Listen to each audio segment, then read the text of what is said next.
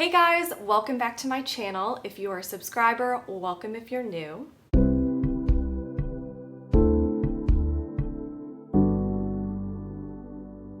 Today I'm going to be doing a really exciting video. I asked my friend Jess from Books Past Bedtime what some of her favorite thrillers are, and she gave me a really big list. However, I've read a lot of her favorite thrillers and actually really like a lot of them. I was able to find 3 thrillers that I haven't read before, and those are Into the Water by Paula Hawkins, Dark Matter by Blake Crouch, and One by One by Ruth Ware.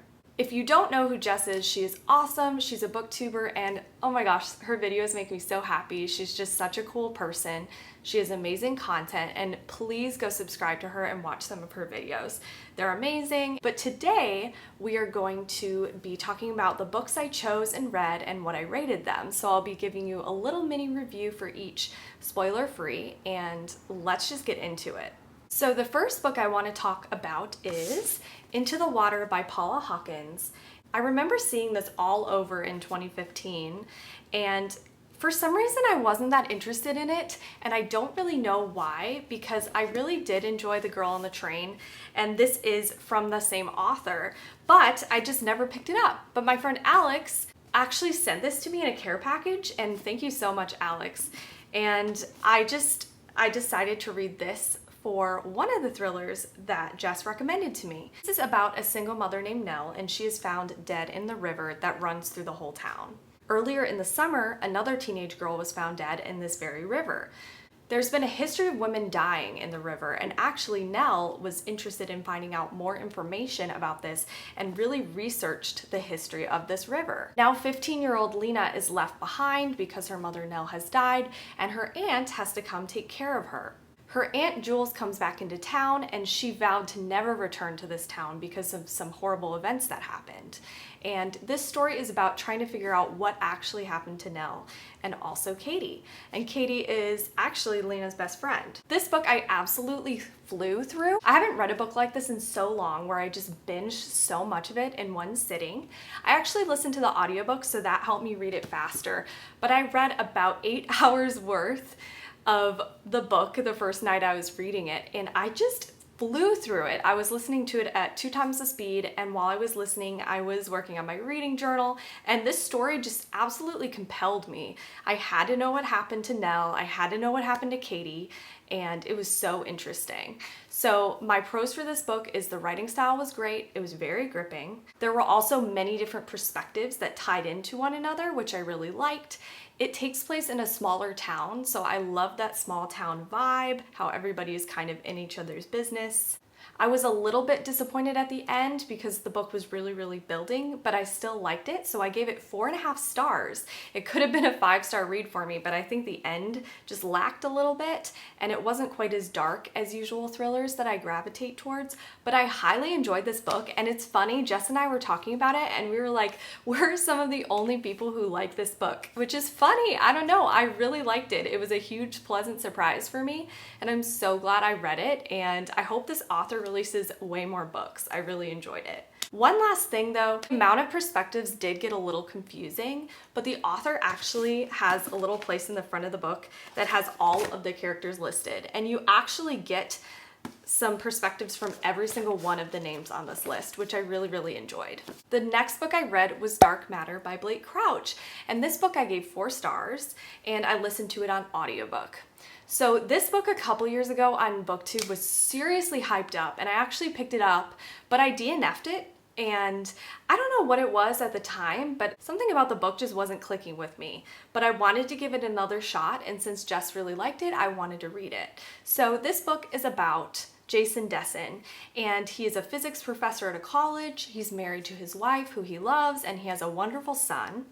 But one day he's abducted by a masked abductor, and he passes out, and he wakes up, and he is on a gurney, and he's sort of in this new world.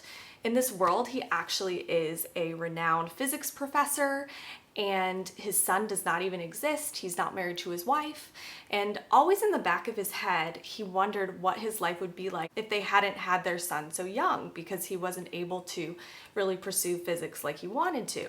But he wakes up in this new world, and he realizes he does not like it, and he wants to return to the world he knows. This book was very fast-paced. It was really engaging. It was more sci-fi, but it wasn't too sci-fi heavy that it wasn't interesting to me or it went over my head.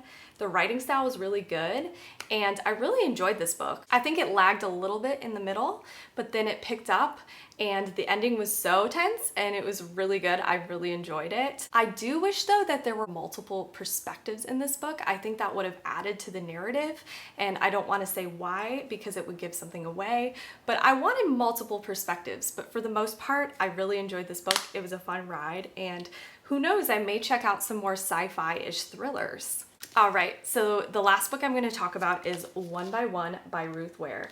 And this is actually my first Ruth Ware novel. And so it was really interesting to see if I would like her writing style. This book follows a group of people in this tech startup called Snoop. And basically Snoop is an app where you can listen to what other people are listening to at the same time. So celebrities will be listening to music and people can follow them and hear the same song they're listening to at the same time. So it's been doing really well. It's really popular. And this group of business people decide to go to a remote chalet in the French Alps and go skiing and have some fun.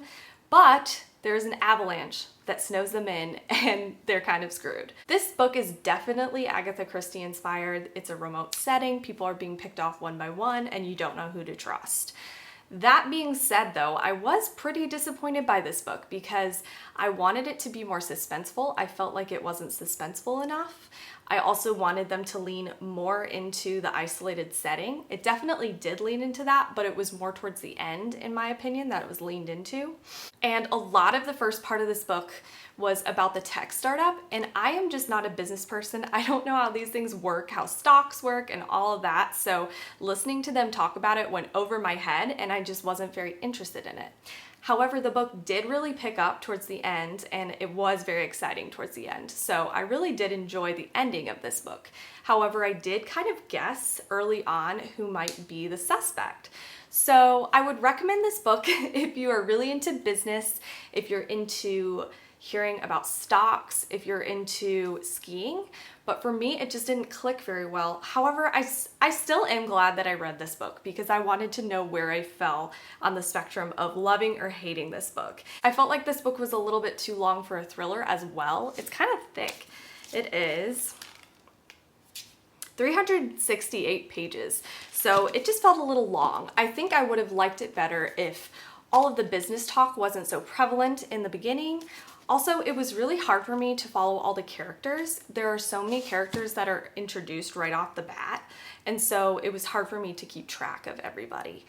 That being said though, I'm still happy I read the book and it did entertain me, and I did want to keep reading to figure out what happened. So I'm giving this a 3-star rating. It was so fun to read all these books and see some of Jess's favorite books. It was so fun doing this collab. Please go check out her channel. Let me know in the comments if you've read any of these books and your thoughts, and I will talk to you all soon. Bye.